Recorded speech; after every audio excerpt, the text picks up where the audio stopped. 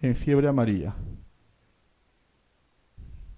Habíamos dicho de que lo que había demostrado, eh, lo más importante es la inmunoprevención en fiebre amarilla. Te están preguntando sobre la vacuna, algunos aspectos importantes. Veamos, ¿se debe vacunar 4 semanas antes de ingresar a zonas endémicas? Se debe vacunar, pero no 4 semanas antes, ¿no? ¿Se debe vacunar un día antes de ingresar a zonas endémicas? Incorrecto, ¿no? ¿Eficacia cercana al 100%? Sí, pero lo anterior es incorrecto. C. Se debe brindar refuerzos a los vacunados si ingresan a zonas endémicas. Eso es incorrecto. D. Se debe vacunar 10 días antes. Sí, correcto. Antes de ingresar a zonas endémicas y la eficacia de la vacuna es cercana al 100%. Eso es correcto. Respuesta D. No te olvides en quiénes se debe evitar la vacunación. Menores de 9 meses, pacientes con inmunocompromiso y adultos mayores. Porque es condición por la posibilidad de dar una enfermedad llamada enfermedad viserotrópica. Respuesta D. Se debe vacunar 10 días antes de ingresar a zonas endémicas. En tema, claro, en tema de lo que considera la norma, te dice que, claro, si tú ves el tiempo, esto también entra que sea 10 días antes, ¿no? 4 semanas antes. Pero en tema general, o sea, el concepto es, se supone que yo espero la producción de anticuerpos y se van a dar en cuanto la vacuna sea lo más anterior a que yo me introduzca en una zona endémica. Te están preguntando lo que dice nuestra norma. Si tú me preguntas cuándo tengo la mayor posibilidad de producción de anticuerpos, es cuando yo me administre la vacunación mucho antes de que yo asista a una zona. Es por eso que, por ejemplo, nosotros, me imagino que ustedes también están vacunados y tenemos ya la producción de anticuerpos. Y eso, inclusive, algunos no hemos viajado o no han viajado a estas zonas endémicas. Sí, es válido la acotación, doctor, pero te están preguntando lo que dice nuestra norma. El tema es en relación a cuántos días antes, que puede ser mucho antes, si es válido tu comentario.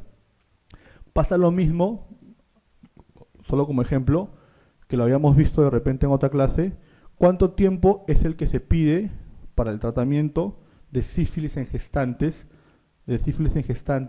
para que tú consideres que el tratamiento sea eficaz? 4 semanas antes del parto. O sea, tú tienes todo ese tiempo anterior, primer trimestre, segundo trimestre, y 4 semanas antes del parto, ese es en términos estrictos, para que yo tenga la menor posibilidad de evitar un riesgo, que en este caso es la transmisión vertical al neonato o producto. Algo similar, tú te puedes vacunar mucho antes. Claro, a eso se refiere, ¿no? A eso se refiere. Y no como sucede, pues, o sea, tú vas a ver, por ejemplo, lo que sucede actualmente en salud ocupacional. Tienes muchas personas que por temas ocupacionales van a ser trasladadas a zonas de Chanchamayo, Selva Central, y un día anterior quieren vacunarse, ¿no? De que lo puedes hacer, eso nadie te lo discute. Es más, te van a vacunar. Estamos hablando del tiempo en que se espera, como tú bien dices, mínimo necesario, ¿no? Mira, antiguamente existía, no sé si todavía, te refieres a Selva Central, no se considera un criterio para evitar la vacunación, salvo que en tu población escolar tengas alguna situación de inmunocompromiso. Eso sí está claro, doctor. ¿En quiénes se evita la vacuna, no? Inmunocompromiso, menores de 9 meses, gestantes primer trimestre. Escolares, que no se esté vacunando es diferente. ¿Por qué?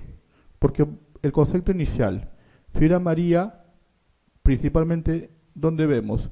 Fiebre amarilla rural, silvestre, estrictamente en zonas de la selva, pero lo que llamamos el monte. Y muchas de nuestras excursiones escolares, universitarias, recreacionales, son en las ciudades, donde la fiebre amarilla, a diferencia de lo que ocurría hace 2 décadas, ya es relativamente infrecuente. Ese es el concepto también por el cual antes, cuando tú ibas a Selva Central, por la carretera hacia la Merced y San Ramón, existía, no sé si actualmente, existía un control estricto. Te bajaban del bus si no estabas vacunado, y en ese lugar te vacunaban. Tú tenías que entrar a esa zona vacunado sí o sí. Eso de alguna u otra forma ha ido cambiando por el concepto de los reportes y muchas veces no hacemos el introducirnos a estas zonas llamadas endémicas. Estamos en la selva, pero en la zona de la ciudad.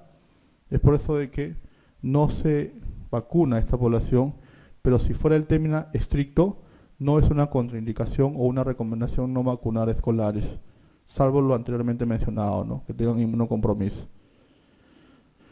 Sobre la cuarentena, marque lo correcto.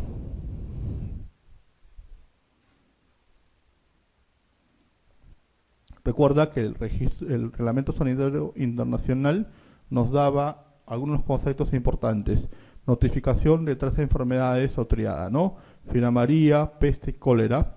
Y aparte los conceptos de contaminación y cuarentena. Te había mencionado que en cuarentena preguntaron en relación al concepto básico. Y es lo que tenemos que analizar. Marque lo correcto. ¿Es la restricción de las actividades y o la separación de los demás de personas enfermas? No. Eso ya es incorrecto. Es lo anterior, pero de personas sanas o que no estés enfermas, pero que tengas la sospecha de una posibilidad de un riesgo o una enfermedad o un daño. B. Es la restricción de las actividades y o la separación de los demás de personas convalecientes, tampoco, ¿no? C. Restricción de las actividades y o la separación de los demás de personas consideradas caso índice, no. D. Es la restricción de las actividades y o la separación de los demás de personas que no estén enfermas, esa es la clave correcta. Es la restricción, pero de personas que no estén enfermas. Obviamente el concepto restricción de las actividades y o la separación de los demás de personas que no estén enfermas, pero que yo esté sospechando de tal forma que prevenga la posible propagación de la infección o contaminación. Y el Reglamento Sanitario Internacional establece que en estas enfermedades los contactos de para peste, para cólera y para fiebre amarilla tengan que ser sujetos a cuarentena. Rabia. Entonces, acá vamos ya a mencionar por las 2 enfermedades consideradas importantes en nuestro medio. Rabia y control vectorial de dengue, y te mencioné que gran parte de las filminas son las que han sido elaboradas por la Dirección General de Epidemiología, muchas de ellas de acceso libre. Rabia es una enfermedad considerada de alguna otra forma con mucha connotación de alarma, a veces innecesaria. Rabia es una enfermedad que suele ser todavía motivo de pregunta en las diferentes pruebas que ustedes van a realizar. La pregunta que yo les podría hacer de antemano es: ¿quién alguno de ustedes ha tenido la presencia o ha visto casos de rabia? Pero sin embargo suele ser motivo de muchas preguntas. Y eso pasa, más que todo por la connotación. Cuando se produce una enfermedad por rabia, ustedes bien saben que el curso va a ser mortal, que el curso natural de la enfermedad va a ser mortal. Lo que hacemos nosotros es identificamos en forma precoz la posibilidad de este daño o riesgo, iniciamos lo que se llama la inmunoprevención, sea en forma activa o en forma pasiva. Y esto hay que diferenciarlo. Importante concepto: no todas las mordeduras por canes o por gatos van a vacunarse. Esto es importante. Vamos a tener que analizar, y esa es la idea, que ustedes finalmente establezcan cuáles son los criterios que se emplea, que son sencillos, para realizar vacunación. ¿Ya? Lo otro que suele ser motivo de pregunta es lo clásico, ¿no? La forma de bala, de la descripción del agente, que es un virus, Rhabdoviridae, ¿no? La forma de presentación clínica tiene varios estadios. Lo que es patognomónico en rabia, que ustedes saben, son los corpúsculos de, ¿se acuerdan? Corpúsculos de Negri, ¿no? Entonces, ese tipo de preguntas son las que ustedes tienen que fijar. El tema conceptual es que no todas las mordeduras van a ser motivo de vacunación.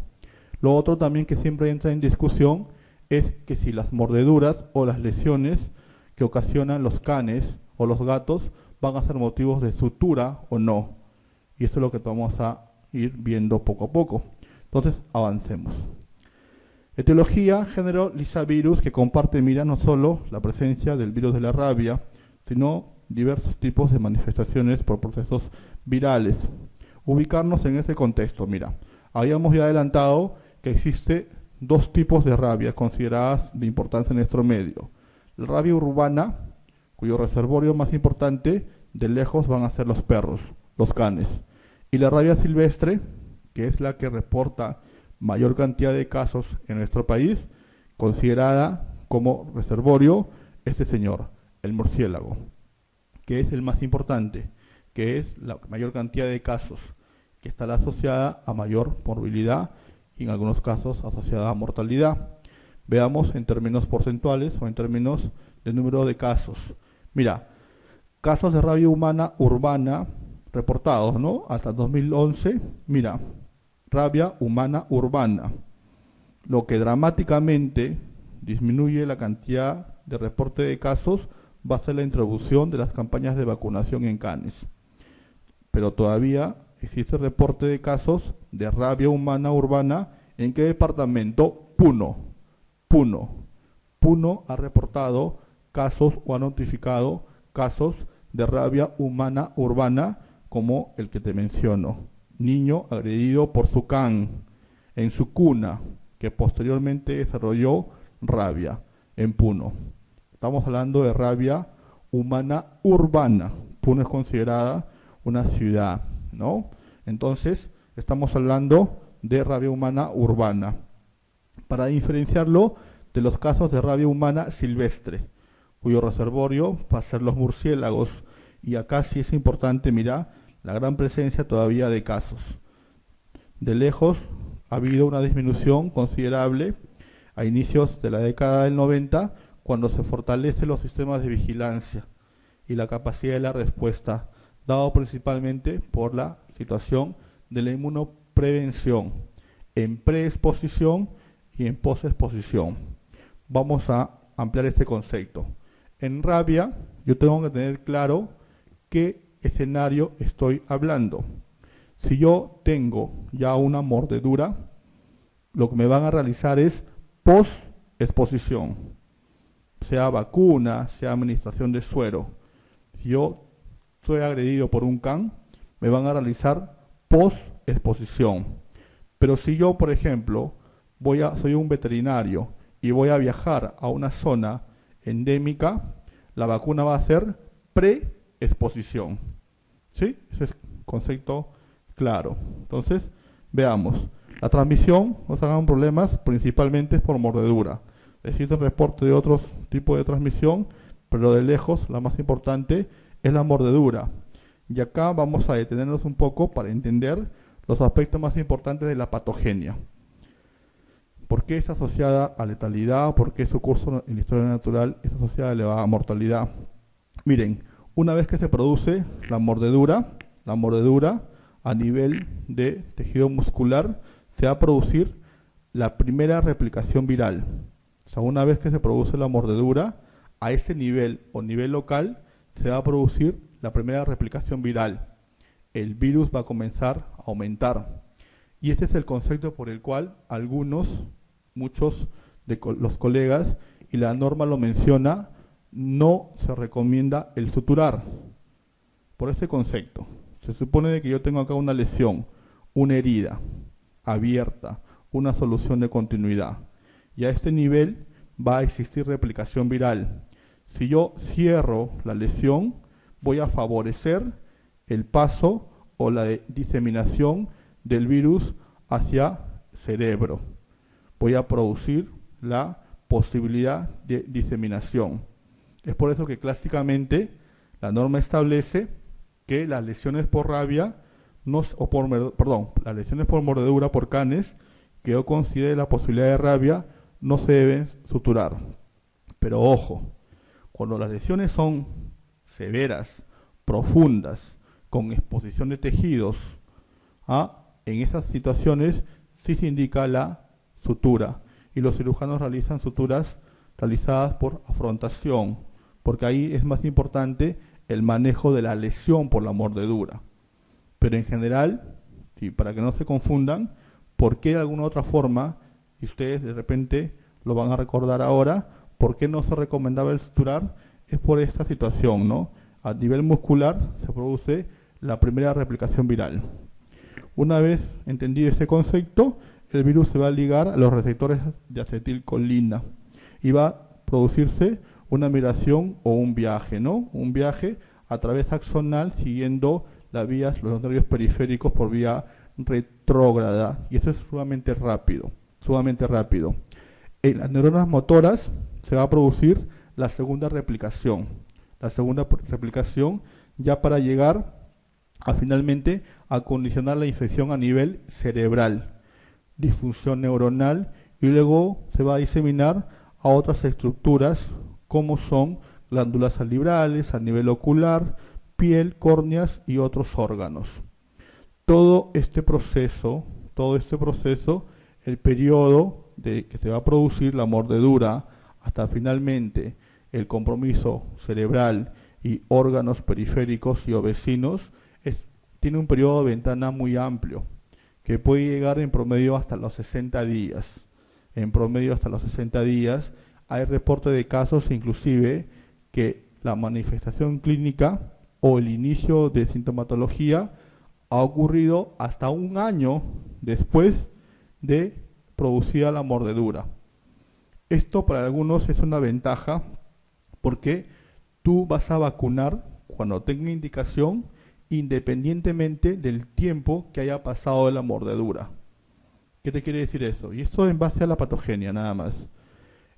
Si la mordedura ocurre, suponiendo el día de hoy, yo puedo esperar inclusive hasta 6 meses luego de haber ocurrido la mordedura para vacunar. Y es lo que hacemos muchas veces en zonas endémicas, donde el acceso a medios de salud es difícil. En términos generales, se recomienda que sea en las primeras 72 horas, pero se puede prever que la ventana es mucho más amplia y la vacunación puede darse inclusive posterior al tiempo de la mordedura. Mira, esto es para aclarar lo anterior, los diferentes estadios del curso clínico de la rabia, ¿no? Los periodos de incubación, te había mencionado que puede darse hasta 60 días para el inicio de pródromos, fiebre, anorexia, cefalea, malestar, dolor, y esto es importante. ¿Qué te va a referir el paciente? Quizás lo anterior no, pero un paciente en que tú tengas sospecha, el antecedente mordedura, lo que te va a referir es, doctor, adormecimiento en el lugar de la mordedura. Y eso es reportado en casi todas las series. Adormecimiento en el lugar de la mordedura. Luego ya pasa lo que tú ya conoces clásicamente, ¿no? El compromiso neurológico. En compromiso neurológico lo vas a diferenciar en dos formas de presentación. La clásica, o llamada también rabiosa o encefalítica, que se da en el 80% de los casos, donde va a haber, mira, ansiedad, parálisis, hidrofobia, que es la descripción clásica, delirio, alucinaciones. Esto en el 80% de los casos pasa al inicio del coma, disfunción multiorgánica, finalmente muerte. Existe un 20% que no te va a hacer esta fase llamada encefalítica o furiosa, sino te va a hacer una fase neurológica, pero llamada paralítica. Entonces, en compromiso neurológico, tú vas a distinguir dos fases importantes. Lo más frecuente, 80%, la llamada fase encefalítica o furiosa. Y un 20% se puede dar una fase llamada paralítica. Entonces, veamos lo que te había mencionado, periodo de incubación va a ser sumamente variable. El 50% de la descripción tiene dolor o parestesia o entumecimiento en el lugar de la mordedura. Esto es al inicio de la sintomatología de los pródromos. Las dos fases importantes, la fase furiosa o llamada rabia encefalítica, para diferenciarla de la que se da en menor porcentaje, la rabia llamada paralítica o descrita alguna vez como forma muda. Este gráfico, quizás lo más importante, es el examen que te da en el menor tiempo posible la detención viral. Entonces estamos clásicamente, y tú lo has visto, que se establecía que tenías un can o una persona que había fallecido por rabia y tenías que hacer el estudio anatomopatológico. ¿Para qué? Tú buscabas los famosos corpúsculos de Negri. El tema es el tiempo. El tema es el tiempo, ¿no? ¿Qué se ha visto? ¿Qué prueba emplea actualmente el Ministerio o el Instituto Nacional de Salud? Es PCR. RT quiere decir en tiempo real. PCR. PCR es la amplificación del genoma viral, ¿no? PCR en tiempo real. Reacción en cadena de polimerasa. PCR en tiempo real. Mira, en la saliva. Y acá el porcentaje, mira, llega hasta el 100% del total de examinados, o sea, es sumamente su sensibilidad es al 100% y es especificidad al 100%. Si te preguntaran entonces cuál es la prueba que se emplea actualmente para el diagnóstico de rabia en nuestro país, es PCR en tiempo real. ¿De qué secreción? Mira, saliva, del animal agresor o del paciente con sospecha de rabia. Y el tiempo, 5 días. 5 días. Entonces, estamos de acuerdo, aunque es uno de los exámenes de elección y lo está haciendo el Ministerio de Salud por mediante el INS. ¿Qué recomienda OMS? Tú tienes que tratar la lesión como cualquier lesión donde la acción de desinfección y lavado va a ser preponderante, ¿no? El lavado y desinfección de la herida por mordedura y la rápida administración de suero antirrábico acompañado de una vacuna moderna asegura la prevención de la infección en casi todas las circunstancias. Entonces, vamos a ubicarnos. Tengo ya la historia natural, tengo ya el curso clínico, lo más frecuente y lo menos frecuente, tengo ya las definiciones importantes en relación a lo que yo debo realizar. Tengo que conocer ahora lo mencionado, que son las vacunas. Y acá vamos a ponernos en consideración que en nuestro medio existen dos tipos de vacunas. La más importante, por el tema de ser la más antigua o la que más se usa, es la denominada vacuna de tipo Fuensalida. Acá dice CRL. Eso quiere decir cerebro de ratón lactante. Cerebro de ratón lactante. Son vacunas que tiene el Ministerio, producidas con cerebro de animales adultos o recién nacidos, tipo Semple o Fuensalida. ¿Cuál es el tema de estas vacunas? ¿Son eficaces? Sí.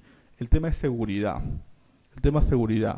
Produce muchos efectos secundarios, no tanto por el tema de la propia vacuna, sino por los componentes como son la mielina, fosfolípidos o gangliósidos. Y el tema también importante es la administración de dosis. Cuando tú empleas esta vacuna, la vacuna CRL, el número de dosis, vamos a ir avanzando, para tu esquema clásico es 14 dosis más 2 refuerzos. 14 dosis más 2 refuerzos. ¿A qué nivel? A nivel subcutáneo en zona periumbilical. Pero 14 dosis más 2 refuerzos. Y tu esquema reducido, la mitad. 7 dosis más 3 refuerzos. A nivel subcutáneo en zona periumbilical. Entonces, esto de por sí ya conlleva a que el paciente muchas veces abandone el tratamiento por el gran número de dosis. Y lo otro, la posibilidad de efectos secundarios atribuidos no tanto a la vacuna como tal, sino a algunos componentes de la vacuna. Entonces, en base a eso, surgen otro tipo de vacunas, las llamadas vacunas de cultivos celulares o vacunas diploides. Las vacunas producidas en cultivo de células o huevos embrionados tienden a reemplazar a la anterior. Son a la vez más inmunogénicas y mejor toleradas. Con estas vacunas ya no se ven los accidentes neuroinmunológicos ligados a la presencia de mielina, fosfolípidos o gangliósidos. Entonces, dos tipos de vacunas. La que más se utiliza, por un término, también por un tema económico, la CRL, cerebro de ratón lactante, y la que deberíamos tener o procurar utilizar por sus menos efectos secundarios, la de cultivo celular o células diploides. Con estas vacunas tú vas a disminuir el número de dosis y vas a evitar los efectos secundarios mencionados. Entonces nos habíamos ya referido a dos tipos de escenarios para ir avanzando. Vacunas en predisposición, por ejemplo, en trabajadores de laboratorio, veterinarios, manipuladores de animales, población en riesgo permanente. Esto es controversial. En ellos, predisposición,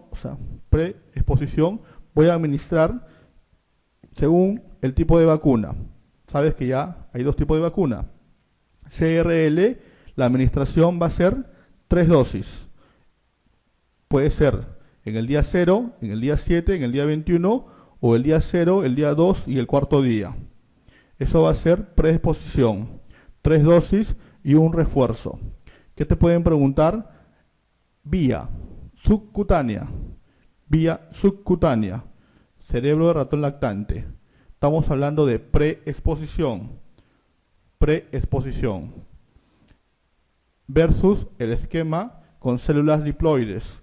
También van a ser 3 dosis, 0, 7, 21 días, o 0 al 28 día, o al día 56, pero la vía de administración va a ser intramuscular. Intramuscular. Intramuscular. Eso es diferente. La de células de ratón lactante, subcutáneo, y las células diploides a nivel intramuscular. Y algo importante, las vacunas de células diploides que son administradas por vía intramuscular no deben administrarse en glúteos. No debe administrarse en glúteos. De alguna otra forma podríamos decir que es una recomendación. No es una contraindicación, pero es una recomendación. Las vacunas con células diploides no deben administrarse a nivel de glúteos. ¿Dónde se administra? Se administra en adultos en el deltoides y en niños en el muslo externo. Donde no debes administrar estas vacunas diploides es a nivel de los glúteos. Las vacunas de cultivo de tipo de tejido nunca deben aplicarse por vía intramuscular en región glútea. Entonces, esto es parte del esquema. Mira, predisposición, una forma de administrar día 0, día 7, día 28 y protección a partir del día 28. Y recuerda que empleamos también un refuerzo. En el caso de cultivo celular, estamos aplicando a nivel intramuscular y células de ratón lactante a nivel subcutáneo. Ahora vayamos a lo que es más frecuentemente preguntado. Posexposición. Ya ocurrió una mordedura, ya ocurrió un evento por un can o por un gato, en este caso se establece que tú tengas que analizar la situación o el escenario. Vamos a avanzar un poco, ¿ya? Eso es importante. Lo primero, como toda herida, yo tengo que realizar un tratamiento médico. Y acá hay un dato importante, mira. Lavado de la herida con agua jabonosa al 20%. Lo obtenemos en los jabones de ropa usuales. Esto concepto ha demostrado disminución de la replicación viral. Recuerda que a nivel muscular era el primer sitio donde se producía la replicación viral. El empleo de estas soluciones jabonosas al 20% o con sales de amonio, que es lo menos frecuentemente que empleamos, ha demostrado el reducir la posibilidad de la replicación viral. Algo sencillo, algo simple, pero eficaz.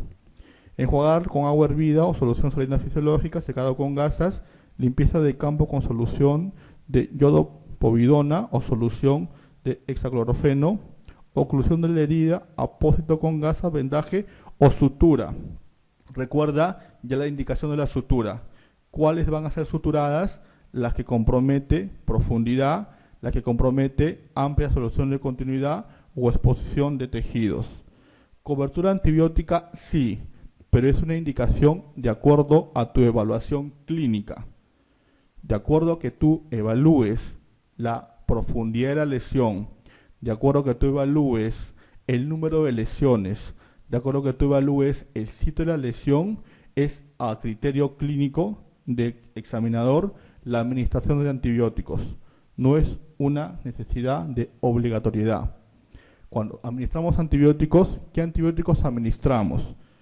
Hablar de una droga de elección como tal no hay, no existe la normativa. Hay recomendación de dos tipos de antibacterianos. El primero, amoxicilina asociado a ácido clavulánico. Amoxicilina asociado a ácido clavulánico. Presentación 500 en 125 cada 8 horas de 5 a 7 días. En alérgicos a betalactámicos se puede emplear clindamicina. Clindamicina. Clindamicina. ¿Se escucha? ¿Se acabó la batería? ¿Sí? ¿Suele pasar eso? Bueno, pero sí escuchan, ¿no? Escuchan. Entonces, no se olviden, la cobertura antibiótica va a estar en función de tu evaluación clínica. Vacunación antitetánica cuando fuera necesario, o en el caso de fuera necesario, refuerzo, que lo hacemos por vía intramuscular, una sola dosis. Entonces, eso es lo que quería que ustedes puedan analizar para establecer que no en todas las situaciones se va a vacunar. El gráfico puede ser confuso, pero vamos a ver dos condiciones. Yo tengo que analizar las características de la mordedura, primero, y tengo que analizar la condición del animal agresor o mordedor. Lo primero, la mordedura, localización, profundidad y número. Yo voy a diferenciar de lo anterior en dos grandes grupos, si son lesiones leves y si son lesiones graves. Adelantándonos, las que se van a vacunar van a ser las graves, principalmente. Entonces, dos tipos de lesiones, leves y graves. ¿Cómo establezco cuál de ellas es la presencia o no? Mira, localización, leves, tronco, extremidades, excepto yema de los dedos. O sea, yo considero una lesión leve si es en el tronco, extremidades, y exceptuando yema de los dedos. Graves va a ser cabeza, cara, cuello y yema de los dedos. Eso es de acuerdo a la localización, para diferenciar en leve o grave. Profundidad, más sencillo. Superficiales van a ser leves, profundas van a ser graves. Y número, únicas van a ser leves y múltiples van a ser graves. Entonces, graves, en resumen, si son en la cara, si son en la cabeza, si son en el cuello o si son en la yema de los dedos. Son profundas y son múltiples. Eso me determina las lesiones de tipo leve y la de tipo grave. Lo otro es el tema de la condición del animal agresor. Si el perro o gato es conocido y aparentemente sano, como lo que ocurre, por ejemplo, que te mordió tu perro, que te mordió el perro de tu vecino, se considera una lesión leve. Pero si el animal es de la calle, desconocido, o es un animal silvestre, o es un animal sospechoso de rabia, o es un animal que muerto, es considerado para una lesión de tipo grave. ¿Por qué es importante este tema? Esta lesión, región facial, cabeza, cuero cabelludo, cuello y yema de los dedos, se considera grave. Otro ejemplo, lesiones en cuero cabelludo graves. Van a tener que ser administración de vacunas. Esto es, entonces, de acuerdo a eso, las lesiones de tipo grave van a ser las que tenemos que vacunar. A eso quería llegar, las lesiones de tipo grave. Y ya sabes que para yo tener el escenario de gravedad, tengo que analizar el tipo de lesión, la profundidad de la lesión, el lugar de la lesión y la condición del animal agresor. Y luego la administración de la vacuna. Igual que lo anterior, tenemos dos tipos de vacunas. El ejemplo es para lo que usualmente utilizamos. Las vacunas post-exposición con CRL, que sabes es cerebro de ratón lactante. Y acá sí tienes que recordar, porque es lo que preguntan.